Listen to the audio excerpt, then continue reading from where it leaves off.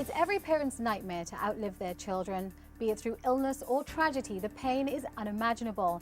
But that nightmare happened for Tony and Lori Bobbitt when they lost their 19-year-old son to alcohol poisoning while he was studying at the University of California in Pennsylvania.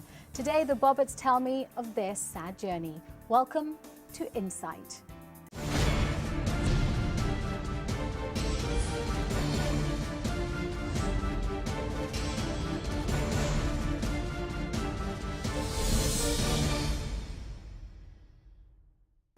Joining me on Insight today is Tony and Lori Bobbitt. Thank you so much for being here. I know that this is, even several years on, a very difficult subject for you to talk about. But let's talk about Kyle. Tell me about Kyle, Lori. Kyle was very lively, fun, loving, loved people, would do anything for anybody. It's really hard to justify at any level losing a child. But the one thing that, looking at your story and researching the articles that have been written online, the one thing that came across very strong is that if nothing good comes out of this, and let's face it, you probably still think that nothing ever will, you want people to be informed. That's the most important thing. How do you feel right now that young people of Kyle's age think about a night of drinking? I can only speak for the kids I have an association with, but I think they know a lot more now than they did at the time of his death. However, that doesn't mean that they are necessarily paying any attention to it, just like no texting and driving and, you know, speeding and everything else you can do wrong to cause something, you know, tragic to happen. So it's I don't know if it's really sunk into a lot of them yet. And you mentioned to me that, you know, some of the kids that you were kind of associated with didn't even know that alcohol could kill them. Well, that's true. When they came over to the house, you know, weeks after the funerals, and they admitted freely that they didn't realize that alcohol could actually kill you just from drinking too much of it. They did not realize that, which I found kind of surprising. Right. Alcohol poisoning exists. The symptoms are clear and the symptoms are specific. And, you know, I was fairly shocked to look at some of those symptoms myself, and we'll remind you of those before the end of the show. Lori, you get this phone call, you can't believe it, your world ends right there and then. How did, obviously Kyle was studying at the time, how did the the campus itself deal with this tragedy? They were actually very, very good with us in packing up his belongings, letting us question kids. Since his death, they have implemented a couple of new programs, which my youngest daughter is now involved in. So I feel they're really trying to educate kids on this problem due to Kyle's death, which we do appreciate that. Right. Maybe a little too late, perhaps, but Right. you know, we're great at doing that, aren't we? The cure and not the prevention. I know that you had some concerns about, we discussed the level of alcohol in Kyle's body, which was pretty immense. And you mentioned that perhaps there should have been further investigation, and that didn't happen. No, it didn't, and that was extremely disappointing.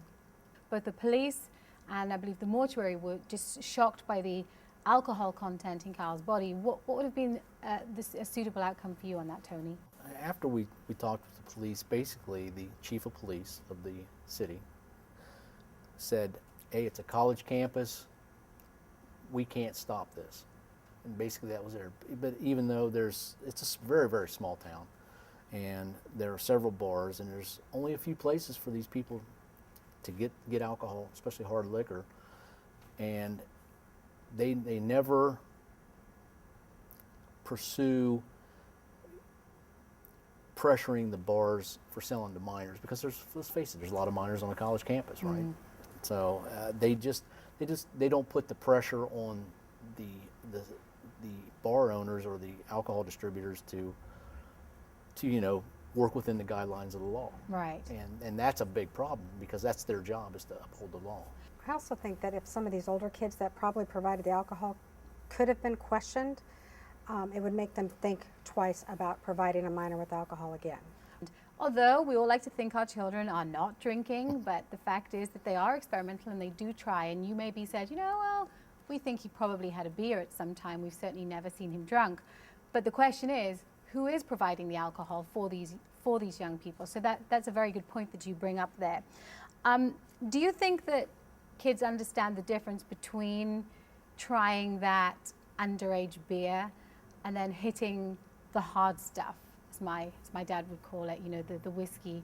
You mentioned to me that it was rum with very high alcohol content that he was drinking. Right, that's correct.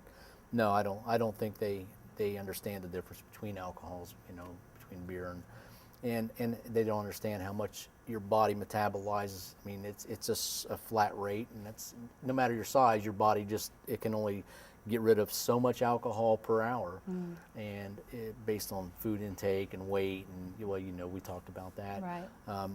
But they don't know that. But that's part of the education right there. Is they got to understand that you know, you got to stay moderate with this stuff. You can, if you're going to do it, even if it's illegal, use a little bit of moderation. That's all you have to do, and you'd survive the night anyway. Let's talk a little bit about Kyle's friends, and we use that term extremely loosely, Laurie. The friends that were around him on the night in question. Very visibly on the web, they've suggested that they could see that he was drunk and he was looking for a place to stay. Where were his friends? Why weren't they supporting him? That's a good question. I honestly don't feel that he had very good friends around him that night. There was a house full of kids. One person wanted to take him to the hospital. Everyone said no. They put him in a room, laid him down, and left him for the night. Closed the door, never even checked on him again. My big thing when we speak in public about this is to be a good friend. If he would have had a good friend that sincerely cared about him that night, I really think that we would have Kyle here speaking about this instead of us. To end the show, you know, it's not just, we're talking about alcohol poisoning here, which to many people might be something that you've never even considered. Is it even possible? Well, we can tell you, we're talking about this wonderful young man, and it is possible, it has happened. This is an important message. It is. Guys, thank you so much for being here. I know it's still very painful to talk about, but hopefully somebody will watch this and take away just a little bit of information, and perhaps we can prevent this happening again. Thank you. Thank you. Thank you. Are your teenagers drinking?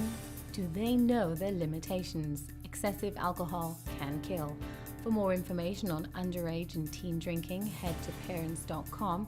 There's lots of information about kids and booze and a great deal of advice.